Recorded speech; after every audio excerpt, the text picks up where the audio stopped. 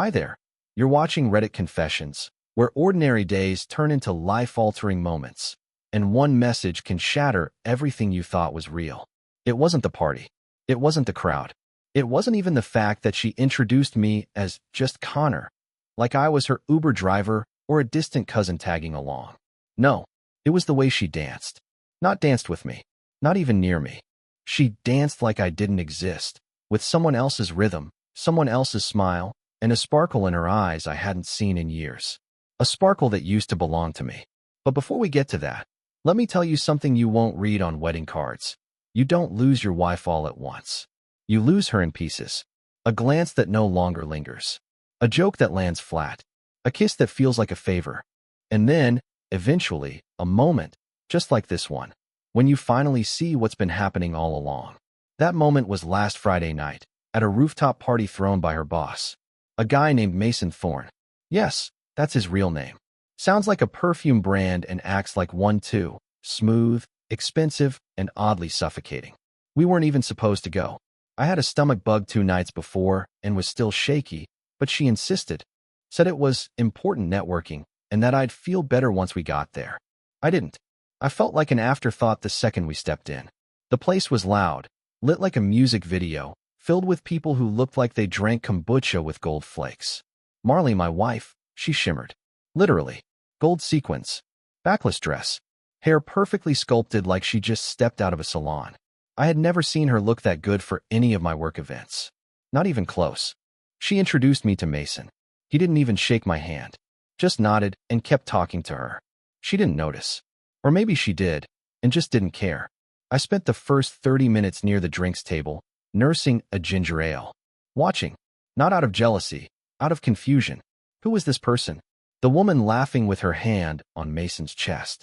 The woman spinning around like the music was hers alone. The woman who looked free, but not with me. No one knew I was watching when it happened. When Mason leaned in too close, whispered something into her ear, and she smiled. Not politely, knowingly. Her hand brushed his chest, and she didn't pull back.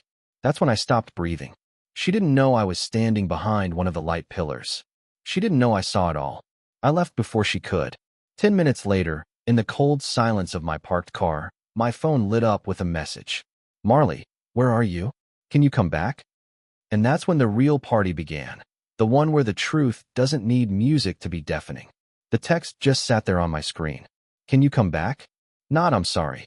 Not let's talk. Just that. For words. I stared at it like it would somehow change if I looked long enough. I didn't respond. Not because I wanted to be dramatic. I just didn't know what to say. Or feel. Or even think. Everything inside me was tight, but numb. So I drove. Not home. Not back to the party. I didn't even know where I was going. I turned left when the road was green, and right when I felt like it. Passed by places we used to love.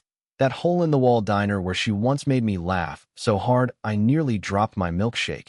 The bookstore she dragged me to on rainy Saturdays. The lake where we'd talk about kids we never had. All of them felt like distant echoes. Somewhere between downtown and nowhere, she texted again. Marley, you just disappeared. I didn't even notice you left. That's not fair. That part hit me in the gut. I didn't even notice. As if that wasn't the entire problem. As if I hadn't been invisible for over a year, and she was just now admitting it out loud. I finally parked near a closed florist shop and sat in silence. My car engine ticked as it cooled, and I stared at the windshield, watching raindrops start to collect. I thought about how carefully I used to study her. The way she took her coffee, how she hummed when folding laundry, how her eyebrows lifted when she was about to tease me. I remembered loving those details like they were chapters in a book I wanted to memorize forever. But she hadn't noticed me leave. I could have vanished, and she would have kept dancing. At 11:42 p.m., she called. I didn't pick up. She called again, and again. Then came another text. Marley, can you please stop being so dramatic? That's when something inside me cracked. Not loudly, not like a break. More like a slow split. A realization. Maybe I was dramatic. But maybe that's what happens when you love someone who stopped seeing you long before they ever said it out loud. I finally replied, I'm not coming back tonight. No response. Not a single word. And yet, that silence screamed louder than anything she could have said. The next morning, sunlight poured through the blinds like it didn't care that my world had shifted. I hadn't slept. Not really. I spent the night in a cheap roadside motel with flickering lights and a vending machine that refused to take my crumpled dollar bill. Fitting, honestly. Even machines were tired of me trying. At 7:16 a.m., my phone buzzed again. Can we talk? Please? I stared at it for a while. My thumbs hovered. I wanted to ask her one thing. Talk about what? Because there wasn't confusion. I hadn't misunderstood what I saw. I hadn't overreacted. I wasn't drunk or emotional. I was wide awake, stone-cold sober, and watching my wife run her fingers across the arm of another man like it was second nature. Still, I drove home. Not because I forgave her, not because I had a plan, but because I needed answers. Something real. Not polite conversation. Not deflection. Just the truth. When I walked in, she was sitting on the edge of the couch, wrapped in the throw blanket from our first apartment. She looked up like she'd been rehearsing her face all morning. Sad. Soft. Ready to play victim. I didn't know you left, she said quietly. You said that already, I replied. There was silence, heavy and uncomfortable, like the room itself was holding its breath. Then she shifted, like the performance was about to start. Mason was just being friendly. That's how he is with everyone. It didn't mean anything. You smiled, I said. You touched him. You laughed like you were 17, and he was the only person in the room. You didn't introduce me to anyone. You barely acknowledged I existed. She bristled. It was a work party. I was networking. I blinked. Are you sleeping with him? Her head snapped toward me like I'd slapped her. What? No. Connor, how could you even say that? And that's the thing. I didn't say it because I was sure. I said it because I wasn't. Because that doubt had been crawling up my spine since last night. And the fact that she didn't answer right away, not with a laugh, not with disgust, but with an offended deflection, only made it worse. I watched you dance with him, I said, voice low. Not once did you look around for me. I didn't think you'd care, she said. And there it was. The truth, buried in 6 words. She didn't think I'd care because I had spent so long being patient, agreeable, quiet. I'd become the background character in my own marriage. I've always cared, I said, standing. You just stopped noticing. She didn't stop me when I grabbed my keys again. Didn't ask where I was going. Maybe she thought I needed space. Maybe she thought I'd cool off and come back later. But I didn't. Because this time, I noticed something too. I'd been pretending not to see it for a very long time. I didn't go far. Just down the street to an empty parking lot behind an old furniture store that had been going out of business for the last 5 years. I sat there in my car, engine off, windows cracked, heart pounding with something that felt like grief but tasted more like clarity. For the first time in what felt like years, I wasn't trying to figure out how to fix things. I was finally seeing them for what they were. We hadn't been happy. Not really. Not since before her promotion. Before Mason Thorne. Before the late nights and the weekend workshops that somehow always ended with her phone battery dying. I used to think it was just stress. The long hours, the pressure, the expectation to show up for the corporate crowd. But the distance between us didn't grow by accident. She built it, brick by brick, smile by smile. I opened our shared photo gallery on my phone. There was a time I used to capture everything. Lazy breakfasts, her laughing with toothpaste on her chin, our anniversary hikes. But as I scrolled, I noticed something I hadn't before. The smile stopped. The photos faded from us to her. Her at events. Her at conferences. Her in dresses I'd never seen her wear around me. And me? I was missing from almost every frame, like I'd been cropped out of my own life. It hit me harder than I expected. I wasn't just watching my marriage unravel. I'd already been erased from it long ago. That night, she didn't text again. No calls. No apologies. Nothing. The silence should have stung, but it didn't. It confirmed what I was already starting to believe. She wasn't reaching for me anymore because she didn't feel the loss. Not yet. Maybe not ever. The next morning, I came home briefly to grab a few things. She was in the kitchen, making coffee like nothing had happened. Like the night at Mason's party was just a bad scene in a long movie we both forgot to walk out of.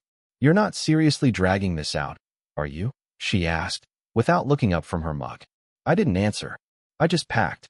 Jeans. A hoodie. Toothbrush. My laptop. She leaned against the counter, arms crossed, watching me like I was the dramatic one. Connor, we didn't even fight. You just left. I zipped the duffel. Exactly. That shut her up. For years, I thought silence meant peace. That if we weren't arguing, We were okay. But now I realize silence is just where resentment goes to rot. And ours had been rotting for a long, long time. I left without slamming the door. Without another word. I didn't need drama. I didn't want revenge. I just needed space to remember who I was before I became invisible to the person I loved most. And in that quiet exit, I think she finally realized something, too. Not everything breaks with a bang. Some things just fade until you don't recognize them anymore. 3 days passed. Not a word from her. And still, I kept checking my phone like some part of me expected her to realize what she'd done. Not just at the party, but long before it. The constant absence, the casual dismissal, the way she'd stopped talking to me like a partner and more like a background noise she had grown used to ignoring. But no apology came. No explanation. Just more silence. And oddly enough, the longer it lasted, the less I needed to hear anything at all.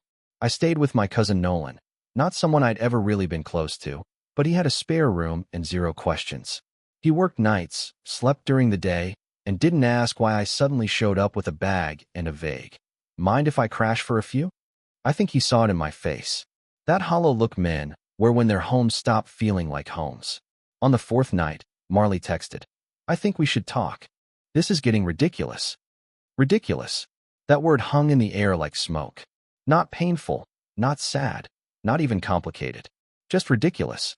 Like she still believed I was the one blowing things out of proportion. Like what happened at the party wasn't deeply humiliating and emotionally devastating.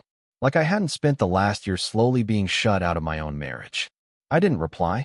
That night, Nolan came home around midnight with 2 gas station burritos and a 6-pack. We sat in his cluttered living room, eating in silence, until he finally said, "You know she's gonna call when she realizes you're not playing anymore, right?" "Maybe," I mumbled, half asleep. "Or maybe she won't. Maybe she never cared as much as I did." He shook his head. "Nah, people like that, they don't notice what they had until it's already out the door and halfway down the street." I wanted to believe that. I really did. But I wasn't so sure anymore. The next day, I woke up to an unexpected voicemail from her mother. Not Marley, her mother. "Connor, sweetheart. I don't know what's going on between you two, but Marley's been, well, upset. She won't say anything, but something's clearly wrong. Maybe just come home and talk it out. She loves you. You know that." No, I didn't know that. And I wasn't about to let guilt drag me back into a room I had to fight just to be seen in. Then came the message I didn't expect. Late at night. No greeting. No punctuation. "Marley, I'm sorry for how I acted. I was trying to impress everyone. I didn't mean to hurt you." I stared at that text for an hour. Not because I believed her, but because I knew her well enough to see what it really was. She wasn't apologizing because she understood what she did. She was apologizing because she felt me slipping away. Because I wasn't reacting anymore. I was thinking. And that terrified her more than any argument ever could. I didn't respond to her message that night. I told myself I'd think it over, maybe reply when I had the right words. But the truth was I didn't trust any words from her anymore. Not hers, not even mine. I'd spent too long translating her silences and her smiles, guessing at meanings she never clarified. And now, when I finally stopped guessing, she wanted to pull me back with a half-hearted sorry. The next morning, I got a text with a photo attached. It was from Marley. The picture showed our old wedding album, open on the bed, a blanket thrown lazily next to it. Like she wanted me to believe she'd been sitting there all night, reflecting. The caption read, "Remember this? We were happy then." I closed the message without replying. It felt calculated, performative. She didn't call when I left the party. She didn't text when I didn't come home for 3 days. But now that I'd stayed silent, now that I wasn't begging for a conversation, suddenly, the memories mattered. I left my phone charging and walked to the corner coffee shop near Nolan's place. The barista asked for my name. When I said Connor, she smiled. "Pretty quiet name. You look like a thinker." That stuck with me. Not the compliment. I've never known what to do with those, but the idea that I'd been quiet for so long it became part of my identity. Not thoughtful, not insightful, just quiet. I sat at the window with my coffee, watching people pass by, wondering how many of them were dragging around ghosts of a love that used to feel safe. And that's when my phone buzzed again. "Marley, if we don't fix this now, I don't know what's going to happen to us." That was the moment I realized she still thought we were playing the same game. That she could say the right line, send the right photo, and I'd fold. But I wasn't folding. Not this time. That night, she took it a step further. I was brushing my teeth when Nolan knocked on the bathroom door. Hey, Marley's here. I nearly choked. She was standing in his living room, holding 2 paper bags, takeout from the Thai place I used to love. She smiled, nervously. I thought we could talk. Over dinner. Nolan looked like he wanted to melt into the floor. I nodded, gave him the all clear, and he vanished into his room without a sound. I didn't touch the food. I sat across from her while she opened the containers, acting like this was just another Tuesday. She tried small talk first. I didn't bite. Then she sighed and said, Connor, I get it. I messed up. I really do. But this distance between us, you walking away, it's not helping. I looked her straight in the eye. You didn't even notice I left that night. Now you're here with takeout, like it's a movie scene. Are you trying to fix things, or just trying not to feel guilty? She blinked, startled by the sharpness in my voice. I don't think she'd ever heard it before. That's when her expression changed. The mask cracked just slightly. She set the bag down slowly, then whispered, I'm scared you don't love me anymore. I wanted to say something comforting. I really did. But all I could manage was, I'm scared I've loved someone who doesn't even see me. And that hurt her more than I expected. But it was the truth, and I wasn't going to protect her from it anymore. The next morning, she was gone before I woke up. She left the takeout containers on the table, untouched, the same way I'd left her apologies, unopened.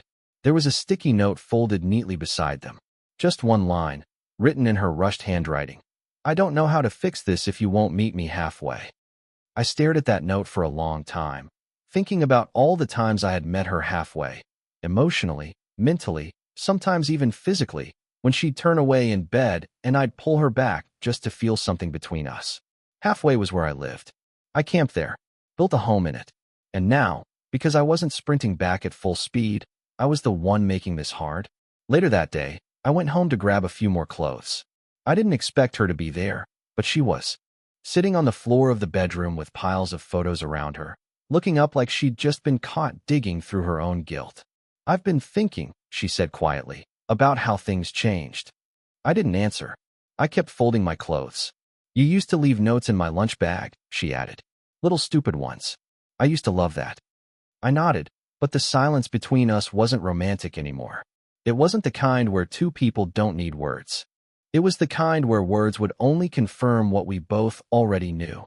The love had slipped, quietly, like a ring down a drain. She stood up slowly and walked to the closet. I assumed she was avoiding my eyes, but then she pulled out a small shoebox. Not the memory box. I'd seen that one before. This was something else. She opened it and held out a stack of printed screenshots. My heart dropped. For a second, I thought she had dug up some messages from my phone, something she'd misinterpreted, something she'd twist into deflection. But no, it was her. Messages she had sent. DMs, emails. Some of them, not recent. I recognized one, a flirty thread with a co-worker from 3 years ago. Another was with Mason. Explicit?